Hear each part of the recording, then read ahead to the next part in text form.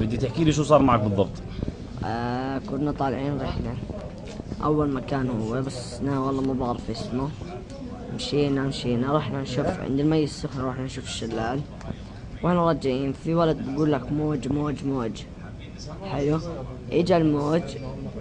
بعد ما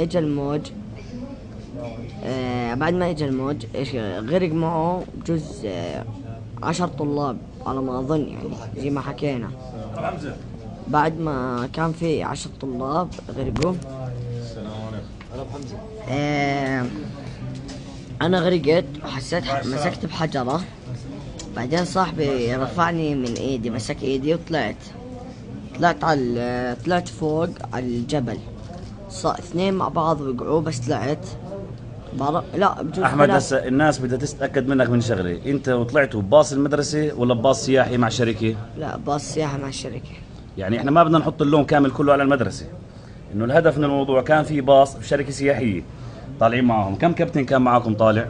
3 كباتن. 3 كباتن. دخلوكم هم على السد جوا على الوادي بوجب؟ عرفوا انه جوا الوادي الامور سيئه كانت؟ ما كانش، ما توقعوا يعني. ما توقعوا يصير هيك يعني. شو اللي صار معك انت واصحابك بالضبط؟ شو اسمه، طلعنا على الجبل، قعدنا 3 ساعات، وعلى الجبل الثاني لا كمل. طلعنا على الجبل. كان في 10 على الجبل الثاني واحنا 3، قعدنا 3 ساعات او 3 ساعات ونص. بعدين الكابتن في كوتش ضل واحد كابتن، راح وين؟ راح ينادي، يرن على الدفاع المدني او الشرطة. بعد ما رن على الشرطة اجى الدفاع المدني على الساعة 6:25 دقيقة، ساعدونا وكل اشي وودونا على المستشفى، وبس هذا اللي صار. كم واحد كنتوا لما طلعتوا من الوادي تحت؟ لما ركبتوا بسيارة الإسعاف؟ أول دفعة كانت 10.